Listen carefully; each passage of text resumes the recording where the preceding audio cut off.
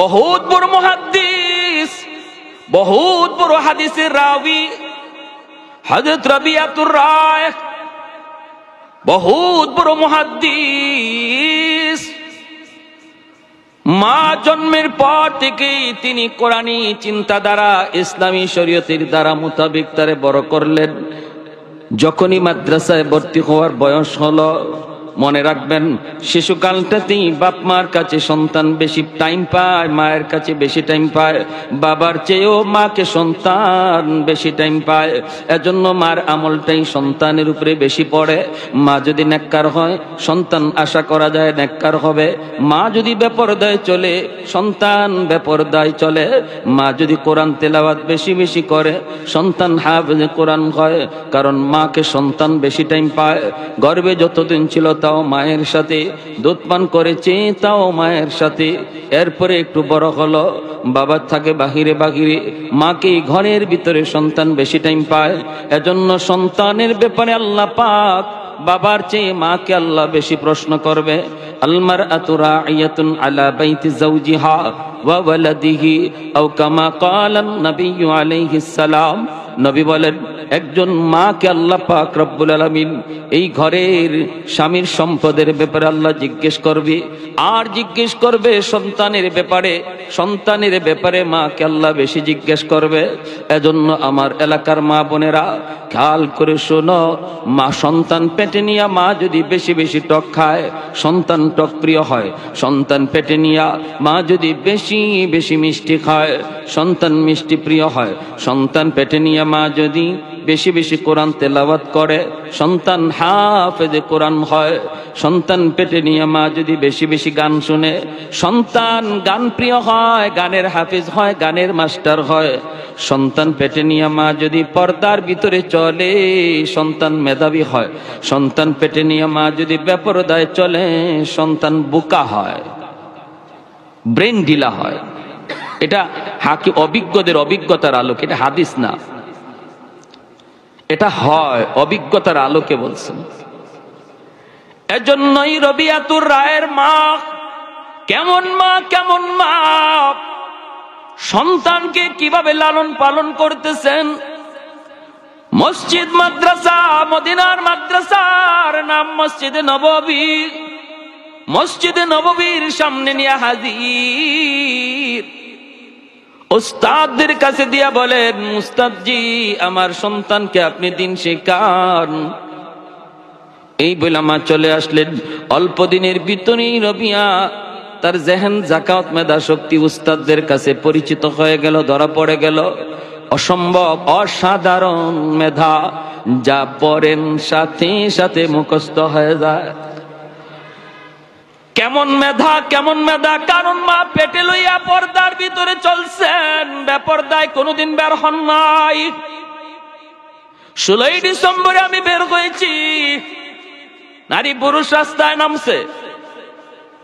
তা তো নামছে নামছে, হঠাৎ নজর পড়ে গেল একজন মহিলা, সেও রাস্তায় নেমে পড়েছে। মহিলাটার অবস্থা দেখে আমি বুঝলাম সন্তান প্রসবের টাইম খুব কাছাকাছি। আহা, এত কষ্ট লাগছে।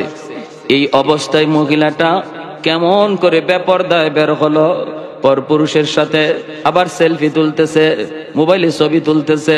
বডিটার দিকে তাকাইলে ডর লাগে, ভয় লাগে, ভয় লাগে। কেমন করে হলো এই মহিলার গর্ভ থেকে সন্তান? কেমন করে আব্দুল কাদের জিলানী বের হবে? কেমন করে আহমদ শফি বের হবে? কালা জাহাঙ্গীর আর বিকাশ ছাড়া আর কিছু না, ঠিক কিনা? এজন্য মনে রাখবা, পাত্রের আসর সন্তানের উপরে পড়ে, পাত্রের আসর বস্তুর উপরে পড়ে। একদিন ময়মনসিংহ গেলাম, চা খাইতেছি, চা জাল লাগে। চা কি লাগে? চা কি কোনোদিন জাল লাগবার বস্তু? আমরা ডায়াবেটিস রোগী হয়, মিঠা লাগবে না, নাইলে মিঠা লাগবে, জাল কেন লাগবে? আমি মনে মনে ভাবতেছি, আল্লাহ কোন এলাকা আসলাম, এরা মনে হয় চার মধ্যে চিনি না দিয়ে মরিচের গুঁড়া দেয়। তো আমি বললাম যে ভাই কি খবর, চা জাল লাগে কেন, মরিচের গুঁড়া দিলেন নাকি? না হুজুর, চা তো আবার মরিচের গুঁড়া দেয়নি। আমি খাইয়া দেখেন, ওরাও খাইছে, দেখে জাল লাগে। ঘটনা কি? পরে তালাশ করে দেখে তরকারির পাতিলও চা জাল দিছে। কোন পাতিল? তরকারির পাতিলে চা জাল দেওয়ার কারণে তরকারির জালটা, পাতিলের বৈশিষ্ট্যটা চার মধ্যে পড়ছেনি না পড়ছে না? তাহলে বোঝা গেল পাত্রের আসর বস্তুর উপরে পড়ে। মা একটা পাত্র, অবশ্যই এর আসর সন্তানের উপরে পড়বে। গোড়ায় গন্ডগোল লেগে গেছে, এজন্যই তো আজকে আজ এত শান্তি, এত শান্তি। মা সন্তান মার কথা শুনে না, বাবার কথা শুনে না, গোড়ায় গন্ডগোল, গোড়ায় গন্ডগোল। আহা, কত পানি পড়া, কত তাবিজ পড়া আমরা দিতেছি, লাভ নাই। লাভ হয় এখন হুজুরদের উল্টা দোষ, কয় এখন হুজুর রই বালা না। কেন? কয় পানি পড়ায় কাম হয় না, তাবিজ পড়ায় কাম হয় না।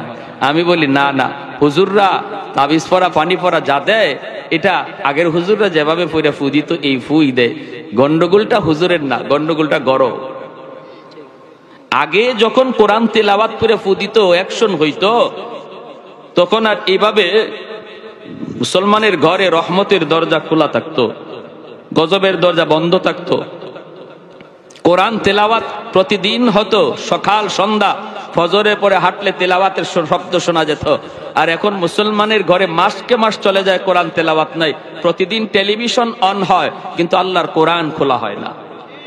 প্রতিদিন টাইম মতো টেলিভিশন অন করা হয়, খোলা হয়, কিন্তু কোরআন বন্ধ করে যে রাখা হয়েছে, রাখাই আছে। যেজন্য গজবের দরজা সবের খোলা, রহমতের দরজা বন্ধ। আর আল্লাহর কোরআন পড়ে হুজুররা ফু দেয়, এই ফু গজবের দরজা দিয়ে ঢুকে না, কারণ কোরআন রহমতের দরজা দিয়ে ঢুকতে চায়, ঠিক না? নাহলে কোরআনের আসর আছে, আসেনি না নাই? আমাদের সিলেটের নুরুদ্দিন ঘরপুরি রহমতুল্লাহ আলাইহি বহুত বড় আল্লাহর একজন বুজুর্গ ছিলেন, দুনিয়াতে এখন নাই। আল্লাহ তার কবরকে জান্নাতের উঁচু মাকাম বানিয়ে দিন। হুজুর এত বড় বুজুর্গ ছিলেন, ইনি ফু দিতেন শনি মঙ্গলবারে। আর ফু নেওয়ার জন্য, পানি ফোরা নেওয়ার জন্য মানুষের বোতলে পানি নিয়ে হাজার হাজার মানুষ জমা হইতো। হুজুর এত ব্যস্ত, ইনি প্রত্যেককে ফু দিবেন কেমন করে, এজন্য মাদ্রাসার সামনে বিরাট এক পুকুর আছিল, এই পুকুরে ফু দিয়ে চলে যেতেন। আর পুকুরে ফু দিয়া যাইতেন আর বলতেন, তোমরা পুকুর থেকে পানি নাও। সবাই পুকুর থেকে পানি উঠায় নিত, কাম হয়ে যেত। তাহলে আল্লাহর কালামের আসর আসেনি না নাই? এক লোক লন্ডন থেকে আসছে, হুজুরে খুব বেশি ভক্ত। আইসা বলে, হুজুর আমি খুব কষ্ট করে আইলাম, হুজুর আমার পানি দেওয়া লাগবো খাস ভাবে। হুজুরকে খাস ভাবে মানে কয়, হুজুর আমি এই পুকুরের পানি নিতাম না। হুজুর কেন নিবা না? আমার কি নয়, কিন্তু ইতমিনানে কলব না, অন্তরে প্রশান্তি জাগে না। এই আপনি পুকুরের এই কোনার মধ্যে ফু দিচ্ছেন, এই ফু ওই কোনায় যায় কেমনে?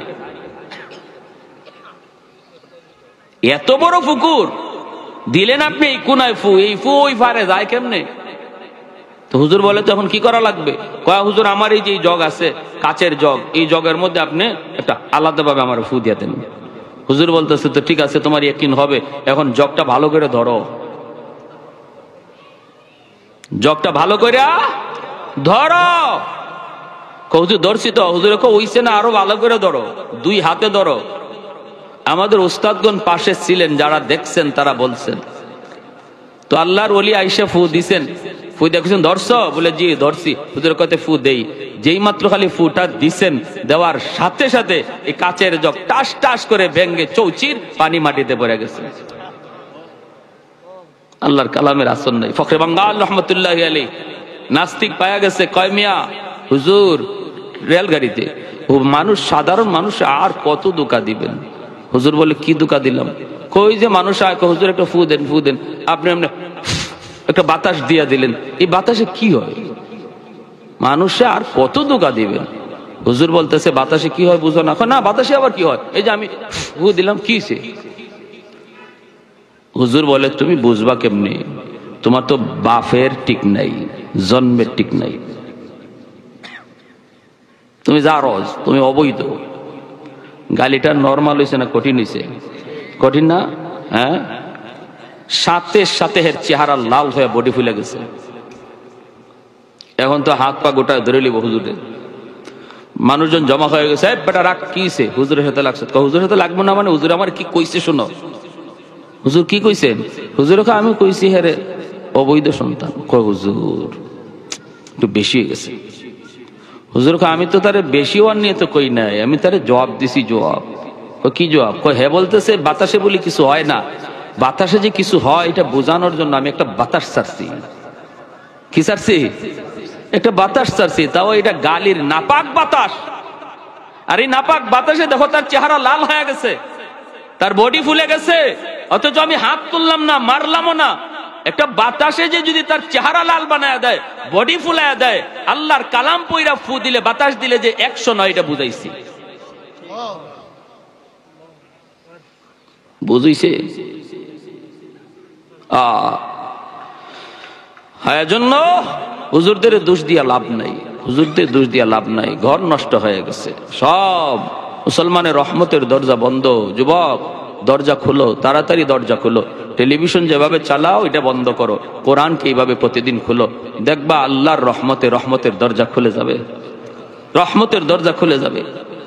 হযরত রবিয়াকে নিয়ে মা যখন মাদ্রাসায় দিয়ে দিছেন, চলে আসছেন, অল্প দিনের ভিতরে রবিয়ার সুনাম ছড়াইতে লাগলো মদিনায়। উস্তাদগণ একদম তার প্রতি মহব্বত, স্নেহ, ভালোবাসা আস্তে আস্তে বেড়ে গেল। বছর যেতে যেতে যেতে যেতে চলে গেল 16টা বৎসর। এই 16 বৎসরে রবিয়া মদিনার মাদ্রাসার লেখাপড়া শেষ কইরা এই মাদ্রাসার হেড মুহাদ্দিস হয়ে গেলেন। শুধু হেড মুহাদ্দিস নয়, মদিনার মানুষ সম্মান কইরা মদিনার মসজিদের ইমাম বানায় দিলেন, মসজিদ নববীর ইমাম হযরত রবিয়া। আর এদিকে 16 বৎসরে হযরত আব্দুর রহমান রাদিয়াল্লাহু তাআলা আনহু, ইনি তো দাওয়াতের কাজে আছেন, ইনি তো জানেন না ছেলে হইছে না মেয়ে হইছে। আর রবিয়াও জানেন না বাবা জীবিত আছে না মারা গেছে। বাবা জানে না ছেলের খবর, ছেলে জানে না বাবার খবর। চলে গেল 16 বৎসর পর হযরত আব্দুর রহমান রাদিয়াল্লাহু তাআলা আনহু তিনি বাড়িতে ফিরলেন। এখনের যুগ হলো মোবাইলের যুগ, মোবাইলে খবর দেওয়া যায়। তখন তো এমন ছিল না, যোগাযোগ নেওয়ার কোনো ব্যবস্থাও ছিল না। নবীন সাহাবায়ে কেরাম রাদিয়াল্লাহু তাআলা আনহুম এইভাবেই তো দাওয়াতের কাজ করেছেন। 1.25 লক্ষ সাহাবায়ে কেরামের ভিতরে মাত্র 10,000 সাহাবায়ে কেরামের কবর মক্কা মদিনায় পাওয়া যায়, বাকিদের কবর মক্কা মদিনায় নাই। পৃথিবীর বিভিন্ন প্রান্তে তাদের কবর পড়ে আছে। দাওয়াতের কাজে বের হয়েছেন আর বিবি বাচ্চার কাছে ফিরেন না। হযরত আব্দুর রহমান রাদিয়াল্লাহু তাআলা আনহু তিনি বাড়িতে ফিরলেন। হযরত রবিয়া মায়ের কাছে দাঁড়ানো, তিনি চলবেন, মাদ্রাসায় যাবেন, ক্লাসের টাইম হয়ে যাচ্ছে।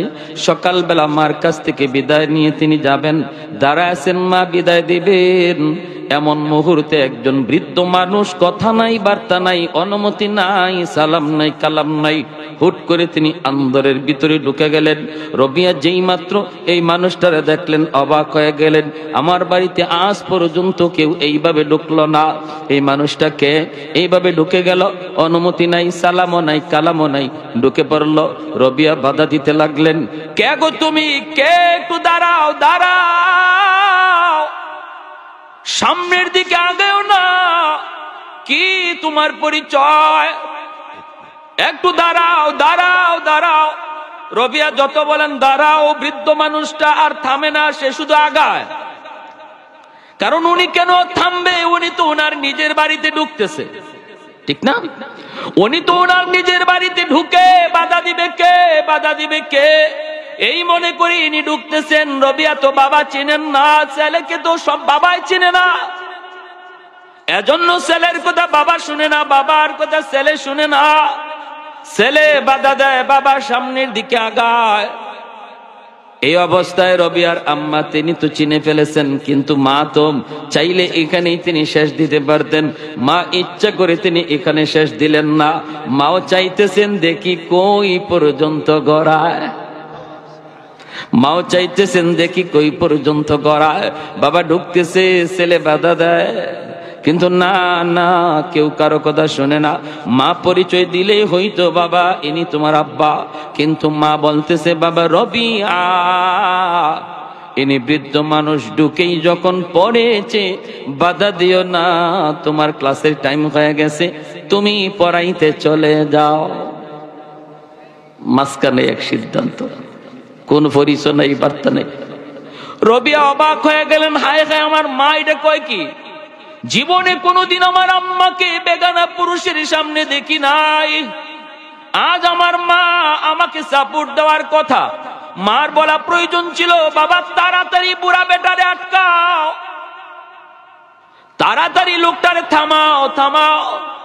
মা এমনটা বলার কথা ছিল না, না। মা আরো বলতেছে, বাবা বৃদ্ধ মানুষ ঢুকেই পড়েছে, যখন বাধা দিও না, তোমার ক্লাসের টাইম হয়ে গেছে, ছাত্ররা অপেক্ষায়, তুমি চলে যাও, তুমি চলে যাও, ক্লাসে চলে যাও। যেই মাত্র মা নির্দেশ দিছে, বাবা তুমি চলে যাও, তিনি তো মা ভক্ত সন্তান, মার সাথে জীবনে কোনোদিন তর্ক করেন না, মার সিদ্ধান্তের উপরে সন্তান কোনোদিন নিজের সিদ্ধান্তকে বড় মনে করে না। যেই সন্তান বাপ মার কথাকেই সবচেয়ে বড় মনে করে, নিজের মতকে বড় মনে করে না, এই সন্তানের লেখাপড়া সহ গোটা জিন্দিগিতে বরকত বাড়ায় দেয় কে? আর একটু জোরে বলেন কে? বাপ মার কদর, বাপ মার কদর, বাপ মার সেবা যেই সন্তান করে, 1 নম্বর পুরস্কার আল্লাহ দুনিয়াতে তার হায়াতে বরকত বাড়ায় দেয়। বিপদ, নিশ্চিত বিপদ থেকে আল্লাহ তারে উদ্ধার করে যদি বাপ মার দোয়া থাকে। লেখাপড়ার ভিতরে আল্লাহ বরকত বাড়ায় দেয়, রুজির ভিতরে আল্লাহ বরকত বাড়ায় দেয়।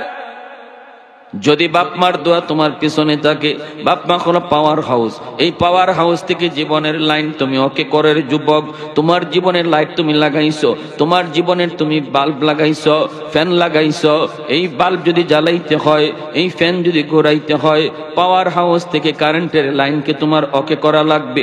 যদি তুমি ওকে করো তাহলে লাইট জ্বলবে, ফ্যান ঘুরবে।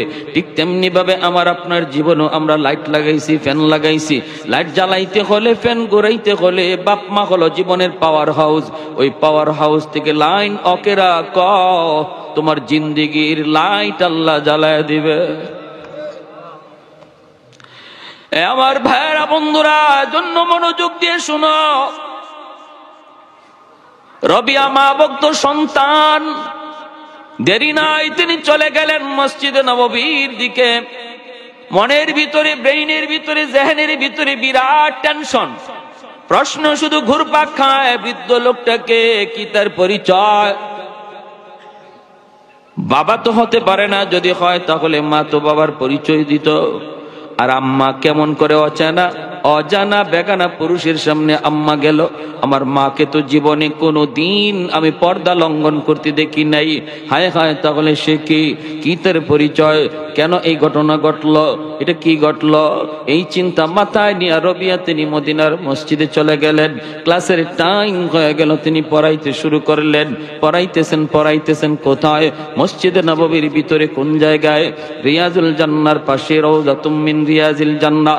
আমার নবীর রওজার কাছে বৈশা, এই জায়গায় বসে বসে রবিয়া তিনি হাদিস পড়ান, যেখানে বসে কুতবুল আলম শাইখুল ইসলাম হুসাইন আহমদ মাদানী রহমতুল্লাহ আলাইহি তিনিও 18টা বৎসর হাদিস পড়াইছেন মায়ার নবীরে শুনাইয়া। রবিয়া ওখানে হাদিস পড়ে আমার নবীরে শুনাইয়া। নবীজি রওজা থারে জিন্দা, নবী মুর্দা না, নবী জিন্দা। হায়াতুন নবীর মাসালা আসলো, কুতবুল আলম কয় নবী জিন্দা, ছাত্ররা কয় হুজুর বুঝলাম আল্লাহ নবী রওজা থারে জিন্দা, কিন্তু বুঝে আসে না।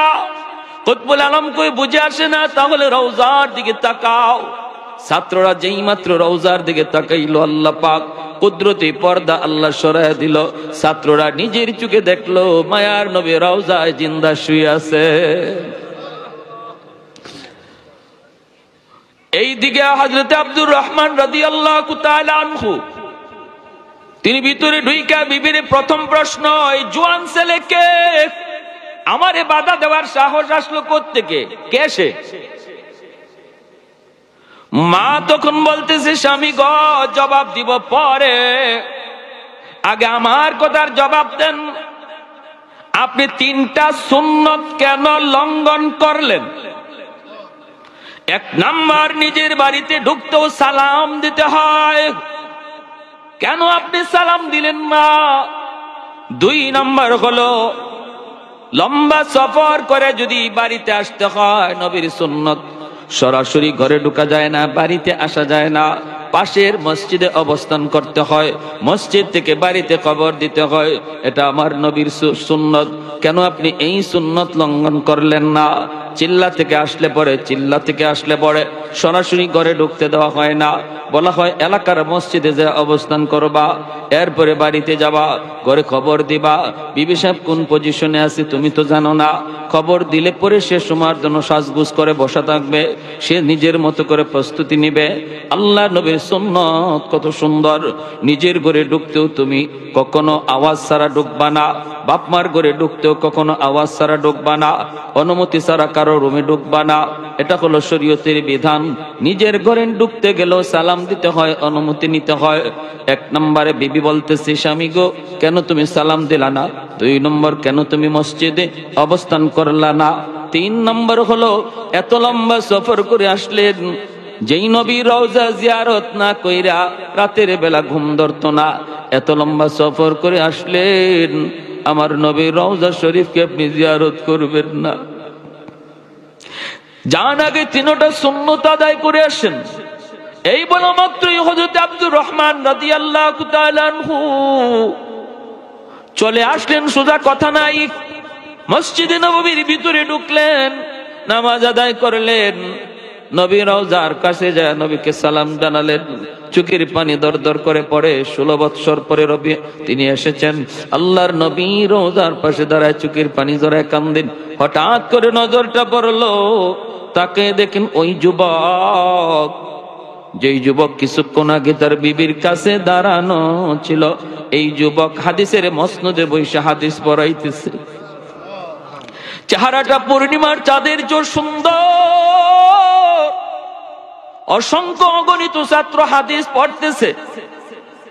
এই দৃশ্যটা দেখা মাত্রই হযরত আব্দুর রহমান রাদিয়াল্লাহু তাআলা আনহুর চোখ দিয়া দর দর করে পানি ঝরতে লাগলো, ফুফায়া ফুফায়া কাঁদতে লাগলেন, আর আল্লাহর কাছে কান্দন, মালিক তুমি যদি আমাকে এমন একটা সন্তান তুমি আমাকে দিতা,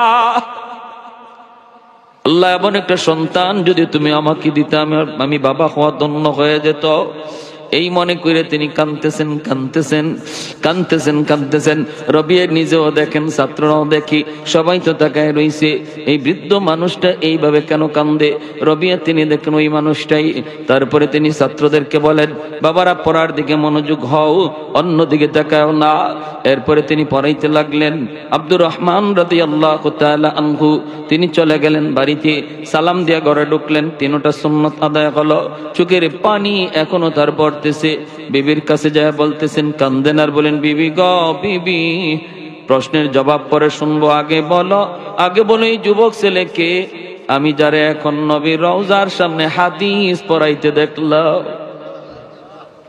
কে গো বিবি, কি তার পরিচয় যে তোমার কাছে ছিল মদিনার মসজিদে নববীতে হাদিস পড়ায়?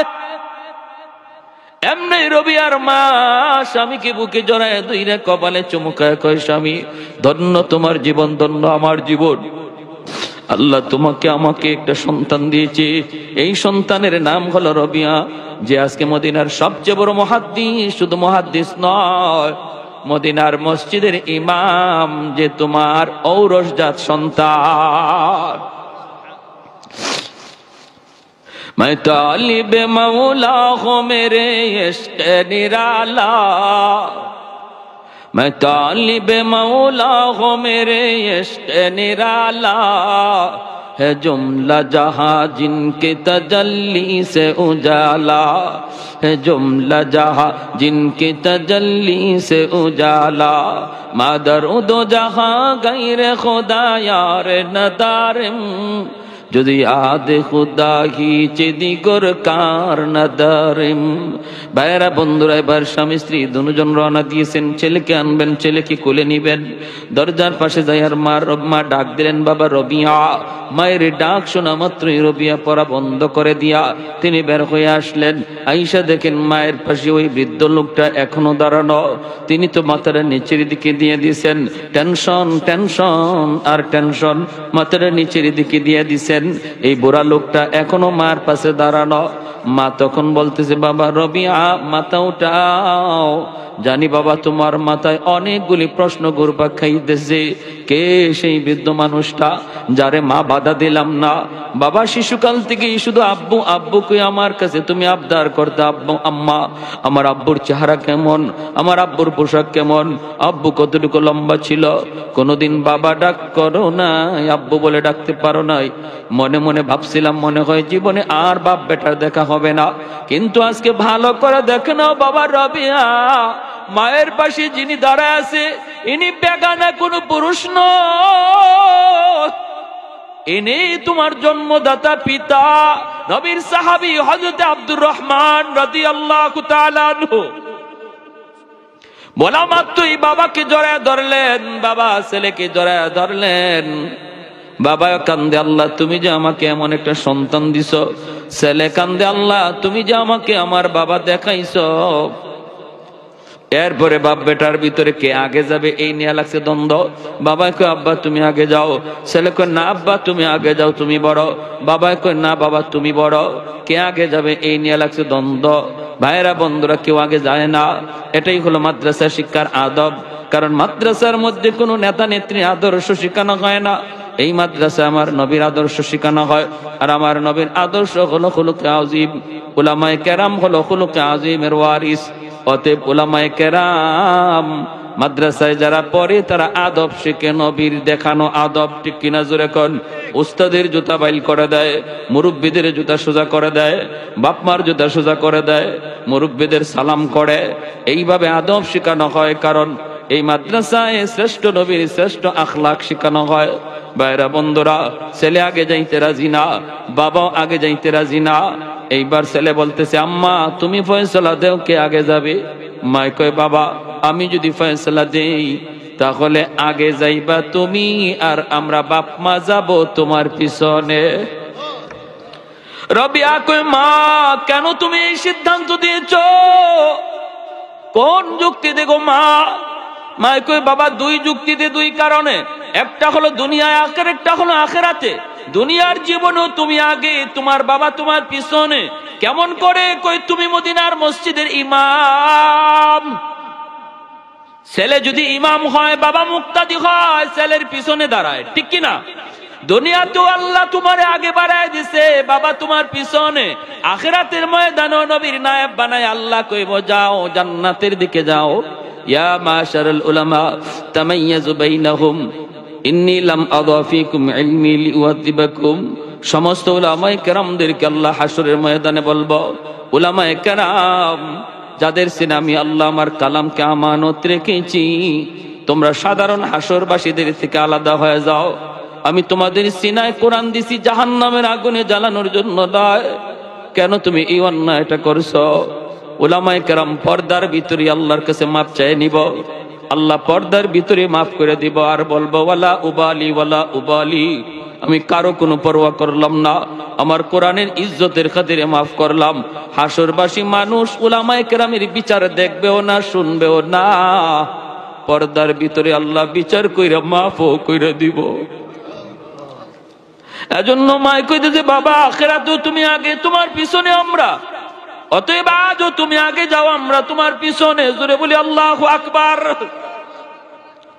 এজন্য বলি বাবা, ধন্য ওই বাপমার জীবন, ধন্য ওই দাদা দাদির জীবন, যার আওলাদ কোরআনের হাফেজ হয়েছে, আলেম হয়েছে, মুফতি মুহাদ্দিস হয়েছে।